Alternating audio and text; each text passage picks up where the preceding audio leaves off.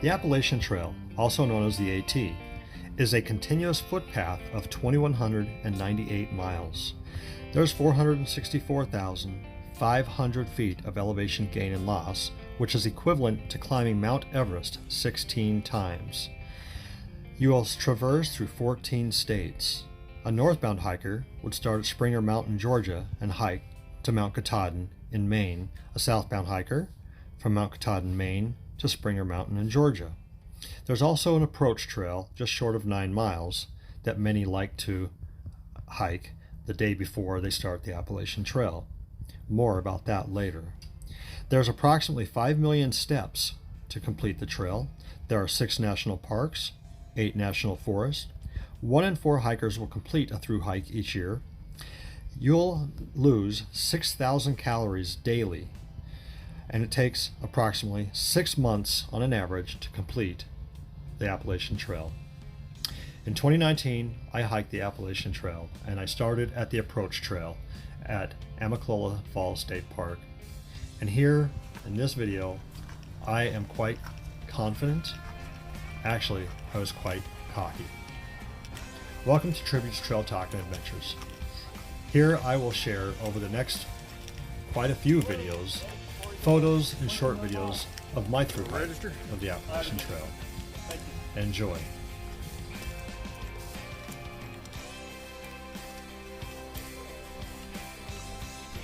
Now, when it comes to the approach trail, it's gaining popularity. However, many still believe that it's not part of the trail, therefore they won't hike it. But hey, an extra day of hiking, I'm all for that. Especially when it, in my opinion, it set me up for success. I will attach a video at the end of this that shares my opinions and why I think you should hike the approach trail. Was it tough? Yeah, it was tough, but it was just another walk in the park compared to what was to come. But anyhow, here I am hiking up the approach trail, about to hit Springer Mountain.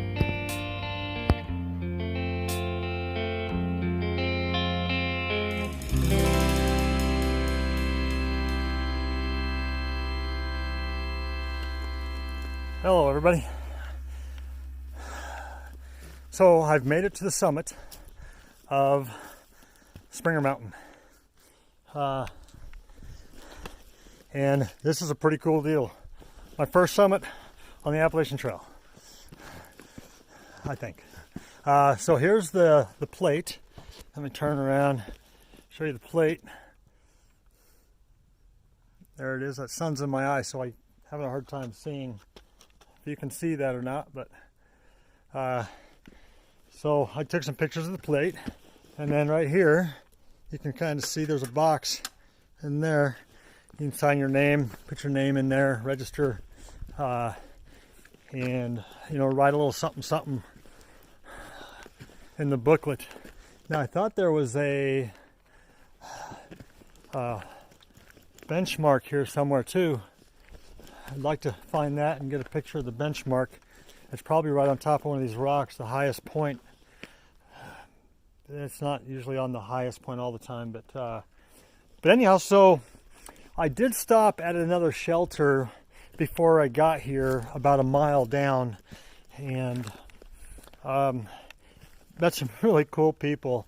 I did pass like six people, two ladies and 4 guys. I passed them, and as I stopped at another shelter, I'm looking for this benchmark. As I passed, as I went to that shelter, and as soon as I walked up, this gal says, "Michael?" And I'm like, "Yeah." And she's like, "Amanda from Facebook." And I'm like, "Right on, hey, that's cool." So I'm like, "That's awesome." I recognized her, but I couldn't remember her name. Felt kind of bad, but so it looks like there's like an area for a campfire and whatnot here. But there's these signs around here that discourages camping up here because of the bears. There's quite a few bears in this area, but there's like another shelter just like not even a quarter mile from here. So I don't know, but it says discouraged because of the bears. So, but anyway, so here I am on at the summit of or Springer Mountain. I almost said Mount Katahdin. Not yet. Man, I was gonna say that's not work at all. Well, I don't see. Oh, here it is. This is okay. This is the plate I was actually looking for, and the first white blaze. So here we go. You see this white blaze here? There we go. There's the first white blaze, and then there's the copper plate. You can see that. The Appalachian Trail. So Georgia to Maine. This is actually the Appalachian Trail, the beginning of it. I just took the approach trail, and that was just shy of 9 miles, 604 steps. Woohoo! That was a good time. Actually, not too bad. But anyway, these back to the shelter here. I was sitting there talking to those folks. A couple of those guys caught back up, and they're going to stay the night at that shelter. I thought about staying the night at that shelter, but I got a little more in me. So I decided to go ahead and push forward to go another mile and a quarter to another shelter, Springer Mountain Shelter. And so I've got like maybe a quarter mile to go to get to the next shelter. So I don't know if that's, I don't know, but here, how about this view? The sun's kind of, I don't know if you really can see the view because of the sun or not, but it's, man, whew. I guess there's a view on the other side too, but anyhow, I'm gonna go ahead and I'll come back a little bit later, and when we get to the other shelter, really hoping to kind of hike with those two guys. They're pretty cool. One of them, I look so familiar. It's like I swear I've seen him like in person, but he's never been out of, he's from this area, and so who knows? Just a familiar face. And the other guy's pretty cool. Yeah, everyone's gonna be pretty cool up here, but I was hoping to hike with him. I probably won't see him because it sounds like that they're not going to, well, one of them's not going to really push that hard anyway, so, and that's okay. So, but anyway, I'm going to take a couple pictures, and off I go. Talk to you guys later. Peace out. After spending a little bit of time on Springer Mountain, just soaking up the moment, I decided to go ahead and get to the shelter. When I would walk into the shelter, I would see a few hikers at the picnic table. One of them recognized me from one of the AT groups on Facebook. We spoke for, 10 minutes, 15 minutes, and I decided to retire. So I went and found my spot down the hill to pitch my tent and have a quick meal. I slept not very well that night. I was anxious. I was excited. But after waking in the morning, I went over to the other hikers and we spoke for a little bit, and then off we went. I started hiking with who would become Snowbird, the hiker that recognized me from Facebook. We'd spoke a few times on Facebook, or at least messages through messaging anyway. We decided to hike together, and we also decided to go ahead and hike 16 miles this day to Gooch Mountain Shelter. Hello everybody. So I came down off that mountain that I talked about coming up that we were at before, and come up over the hill, look down, and I see this river. Yeah, that's what I'm talking about. And we see there's a couple of people. Sneak her in there. Hope she don't mind. This guy here. What's up? You got a trail name? Sloth. And I don't have one yet. We got like, what, 3 of them running around. People talk. They're going to fight about it, I think, for a while. So we'll see what happens. Find you one. Oh yeah, there's, like I said, there's like three or four of them. People are like, no. But anyway, so here I am. I come down here, and I'm about 14 miles so far today. Got about 1.5 miles to Gooch Mountain Shelter, and or Gooch Gap Shelter. Gooch Gap. Got to get these right. Otherwise, I'll lead y'all astray. But much needed, I think. He thinks. But much needed to soak these feet. Oh my goodness. You couldn't have heard me talking about that before, but this was like, this was a mountain spa, yeah. Bubbling water. But no, there's actually a campsite right up here, and there's a small chance I may stay there if a friend of mine is there, and if he's there, then I'll probably stay there, because that just adds another 1.5 miles for tomorrow, and that pushes me to 15, 16, 17, almost 18 tomorrow. Ooh. That's a little rough, but we'll see what happens. But anyway, just wanted to come and show you this here little creek. And it's actually coming down pretty good. I don't know if you can see all the way upstream there, but it's moving pretty good. But there's been little creeks like this all through this. We kind of sporadic here and there, but well, I'm going to get rolling, everybody, and we'll see you all later tonight when I get to camp. Okay, bye.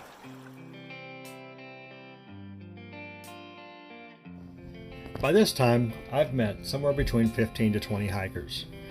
When I left Springer Mountain, I walked off with Martin. However, it didn't take long. We visited for a little while, but he was much faster, taller, longer legs, younger, more athletic than myself.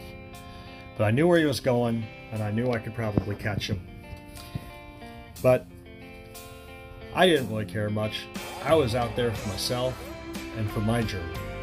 I stopped at a few places to enjoy the views, to enjoy the moments, and just to enjoy being out in the woods.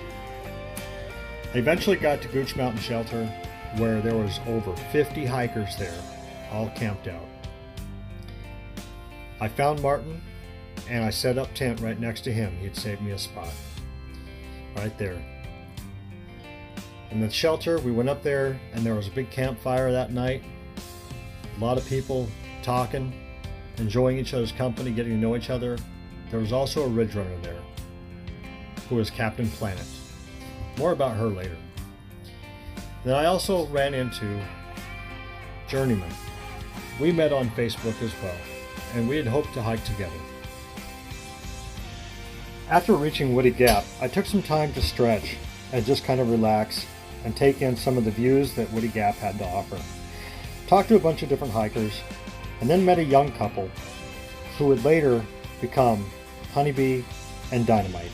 I asked if I could take their photo, and they accepted so long as I shared that photo. I went ahead and moved on and hiked to Lance Creek Campsite, where I would meet other hikers.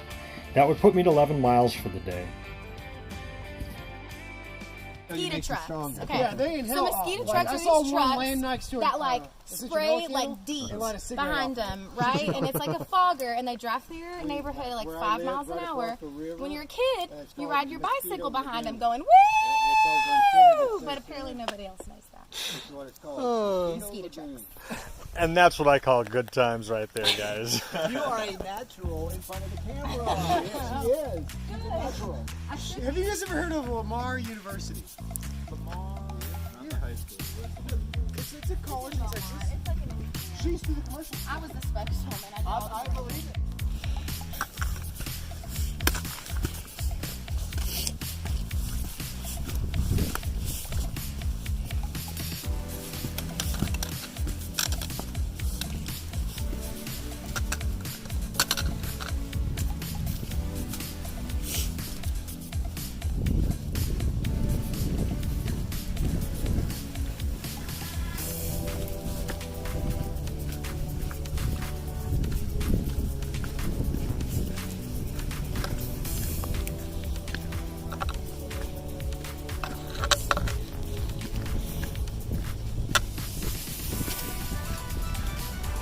It was actually quite cold that morning. There was a storm moving in.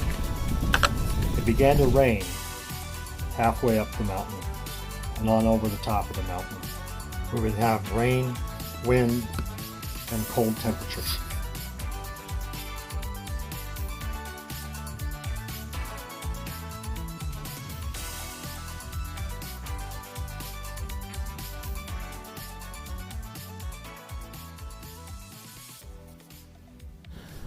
Alright everybody, so I've made it to Blood Mountain Shelter. Up top here, you can see the shelter down there. Haven't really explored it too much, but man, what a beautiful hike it was up. I mean, it's rainy. Well, it stopped raining now, but it's been rainy, cold wind, very cloudy. Kind of see that, but man, this is like supposed to be one of the best views on the trail, and I want to share that with you. Oh my gosh, it's absolutely beautiful. Man, just even these rocks, but it's just crazy. It's just, I don't know that I've been a place that I've found more beautiful than this. I can only imagine on a clear day what that view might be like. I don't know how far down that is, but what a view, huh? Wouldn't it be my luck to be on top of this mountain on a cloudy day? But the landscape itself is just as beautiful. I mean, would have I liked to have a view from here on a clear day? Heck yeah, I would have. Because I was told that this is one of the best views there is from atop this rock, but I'll take what I can get though. Just the, like I said, just the landscape alone. I'm gonna kind of flip you around here and kind of see. Just absolutely phenomenal. But anyway, I'm gonna get registered. You register in a book up here that you've made it to this point and whatever, and then it's all downhill, about 1,700 feet drop in like a mile. It's insane. But we're gonna get down to Neal's Gap. Oh wow, cool. The tops of these trees are frosted over. You can't really see it, but we're in a cloud up here. But we're gonna get down to Neal's Gap, get some good food. I resupply. Probably gonna get a shower at the hostel. Sit there for a while, charge up batteries and recharge, and then we'll head on. So, but hey everybody, we'll see you later, and get out and hike and find some of your own beauty out there. So, but yeah, I'm gonna get out of here and get down this rock, and we'll talk to you guys later. Goodbye. After spending about 30 minutes at Blood Mountain Shelter and visiting a couple of the hikers that stayed the night in the shelter, they had mentioned that it was so cold it felt like that they were in an icebox all night long. Well, I probably would have gotten out of there myself. However, we went ahead and started moving on down the mountain.